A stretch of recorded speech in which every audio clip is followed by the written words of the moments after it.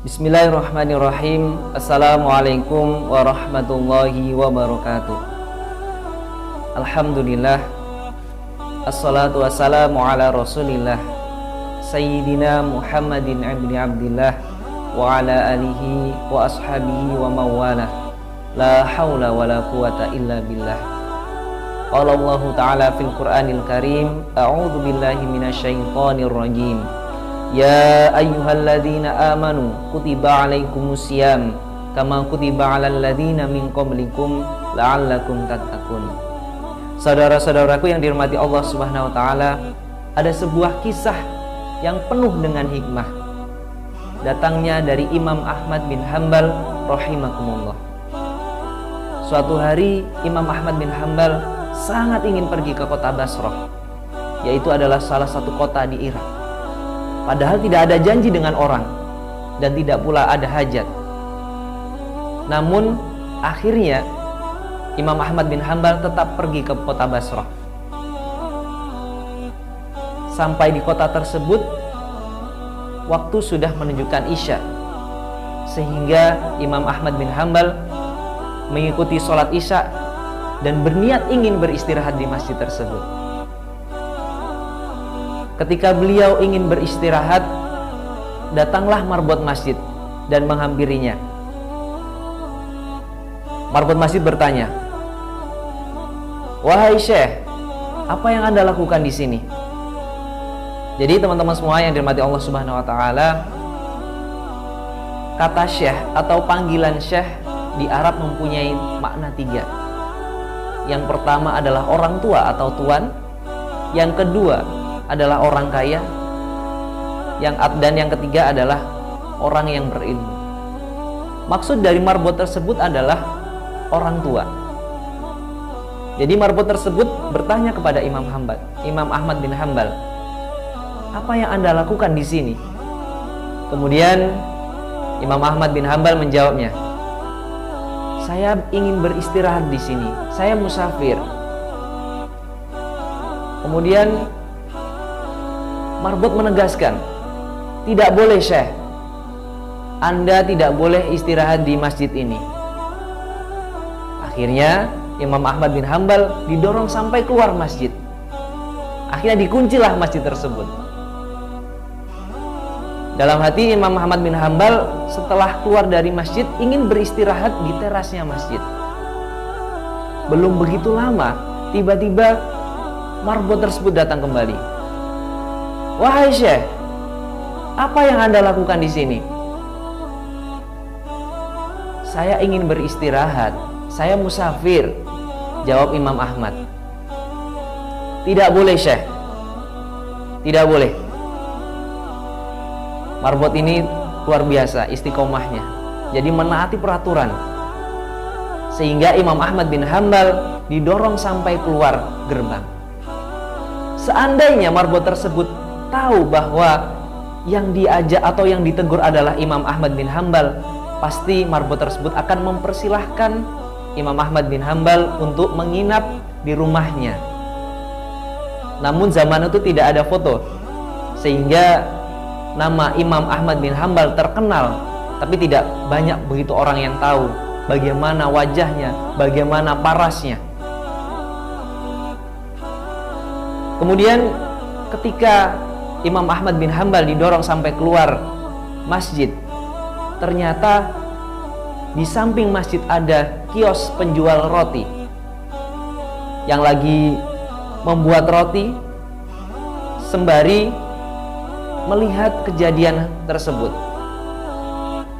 Kemudian penjual roti memanggil Imam Ahmad tersebut, "Mari Syekh,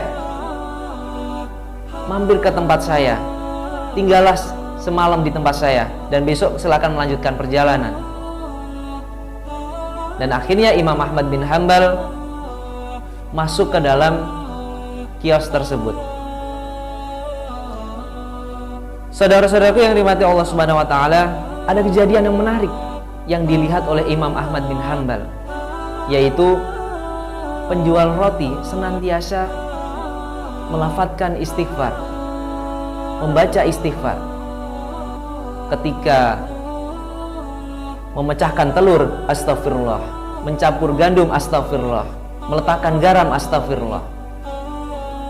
Sehingga Imam Ahmad bin Hambal bertanya, sudah berapa lama kamu lakukan itu?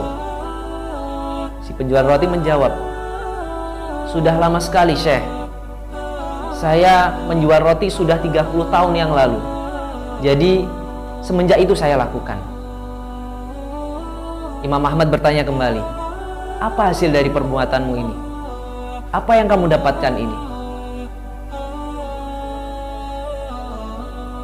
Kemudian penjual roti menjawab, lantaran wasilah istighfar, tidak ada hajat yang saya minta kecuali pasti dikabulkan oleh Allah Subhanahu wa taala. Kecuali ada satu hal yang belum dikabulkan oleh Allah Subhanahu wa taala. Imam Ahmad penasaran, bertanya kembali kepada penjual roti, apa itu? Saya minta kepada Allah supaya dipertemukan dengan Imam Ahmad bin Hambal. Seketika itu Imam Ahmad bertakbir, Allahu Akbar. Istighfarmulah yang membuat saya datang di kota ini. Istighfarmulah yang membuat marbot mendorong-dorong saya keluar dari masjid. Dan istighfarmulah yang membuat saya datang ke kios ini. Karena saya Ahmad bin Hambal. Penjual roti ini terperanjat memuji Allah Subhanahu wa taala. Ternyata yang di depannya adalah Imam Ahmad bin Hambal, yaitu adalah salah satu keinginan atau salah satu doa yang dipanjatkan kepada Allah Subhanahu wa taala, dan akhirnya Allah kabulkan. Masya Allah, saudara-saudaraku yang dirahmati Allah Subhanahu wa taala, begitu dahsyatnya istighfar. Bagaimana istighfar mendatangkan rezeki yang luar biasa. Permintaan apapun didatangkan, seperti halnya kisah tadi. Saudara-saudaraku, manusia merupakan makhluk yang tak pernah luput dari dosa. Dengan rutin membaca istighfar untuk memohon ampunan, maka Allah juga senantiasa akan memberikan balasan. Apalagi di bulan yang mulia ini. Ada banyak manfaat istighfar. Di antaranya menghapus dosa-dosa kita, mengabulkan doa-doa kita, membuka pintu rizki, dan dimudahkan segala urusan kita. Jadi memperbanyak istighfar manfaatnya sangat besar. Dalam riwayat hadis menyebutkan, kata Nabi SAW, barang siapa yang mulazamah selalu beristighfar, atau siapa yang menjaga istighfar, maka Allah menjadikan jalan keluar baginya dari semua masalah, dan Allah berikan rizki dari jalan yang tidak disangka-sangkanya. Saudara-saudaraku, marilah kita senantiasa membiasakan untuk beristighfar, terutama di dalam sholat kita atau di dalam aktivitas kita. Karena kita tidak ada yang tahu istighfar mana yang akan diampuni oleh Allah Subhanahu wa taala. Semoga Allah mengampuni dosa-dosa kita di bulan yang penuh mulia ini. Allahumma taqabbal minna sholatana wa siyamana. Dan juga semoga Allah menerima sholat kita dan ibadah puasa kita. Demikian apa yang bisa saya sampaikan. Semoga ini menjadi pengingat bagi saya pribadi dan tentunya buat teman-teman semuanya. Terima kasih. Wabillahi taufiq wal hidayah. Wassalamualaikum warahmatullahi wabarakatuh.